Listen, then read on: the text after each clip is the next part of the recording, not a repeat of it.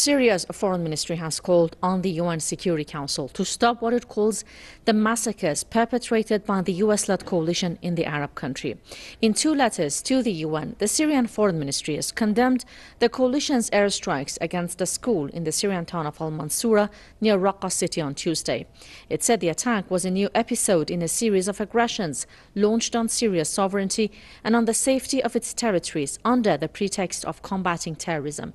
Damascus also expressed regret over, quote, the UN silence and the world body's failure to condemn such crimes. The US-led airstrike on the school left at least 33 civilians dead. Hundreds of civilians have been killed in similar attacks by Syria, by Washington and its allies since 2014.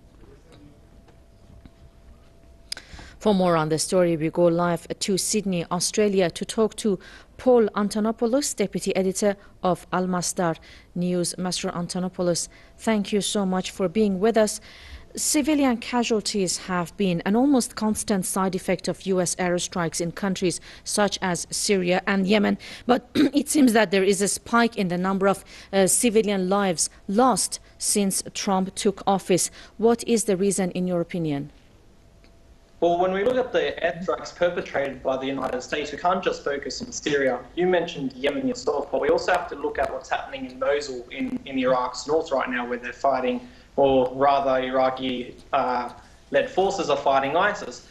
This has been a consistent theme where the United States have not been able to target terrorist positions effectively, and this has resulted in endless atrocities against the civilians. As I said, this has been happening in Mosul most recently, and it also has been happening across Syria. So in regards to Donald Trump, however, we came with the assumption through his rhetoric that there would be a scale back on US involvement in Syria. This was coming directly from his own mouth, but as you highlighted, rather atrocities have just been occurring at a much larger rate. And Mr. Antonopoulos, have the rules of engagement changed? Because they are supposed, if even their airstrikes are aimed at terrorist groups, as Washington claims, they are supposed to be precision airstrikes to avoid civilian casualties as much as possible. But it seems the US is carrying out these airstrikes with little or no concern for civilian lives, with a much more open hand.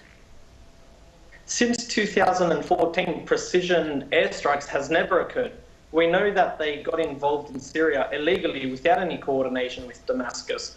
We know that since 2014, ISIS was conducting an illegal oil trade with Turkey. You know, literally blood oil was crossing the borders, and the US airstrikes never once targeted these convoys. However, with Russian airstrikes, almost immediately this convoy stopped. It effectively stopped.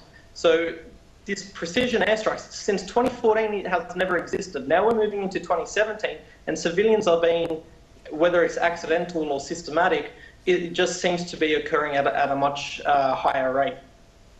And as mentioned in the letter sent by the Syrian Foreign Ministry to the UN Security Council, it says, and I quote, the attack is a new episode in a series of aggressions launched on Syria's sovereignty and on the safety of its territories under the pretext of combating terrorism. What do you think? As I mentioned earlier, it has been happening since 2014. So we're approaching the third year of these illegal airstrikes with no coordination with Damascus. To respect Syria's sovereignty, there must be coordination with Damascus and Washington. Other than that, the United Nations are not doing enough to stop this aggression. So in terms of, in the light of the United Nations inaction in this regard, we should be expecting to witness more such attacks by the US on Syrian soil and, of course, more civilian casualties. Russia and China, in addition of the Security Council, they must do much more to put pressure on the United States to stop these attacks. If we're talking about the United Nations as a whole, Syria must galvanize all of their allies. If there isn't, then unfortunately these attacks that will keep killing women and children and families and just innocent civilians will just continue to occur.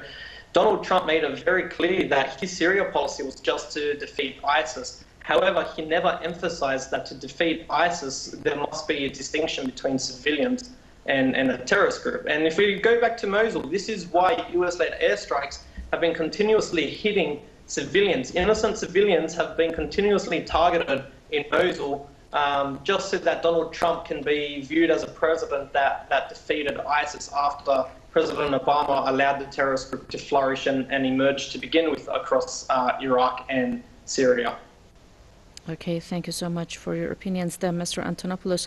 Paul Antonopoulos, Deputy Editor of Al-Masdar News, joining us live from Sydney in Australia. Thank you so much.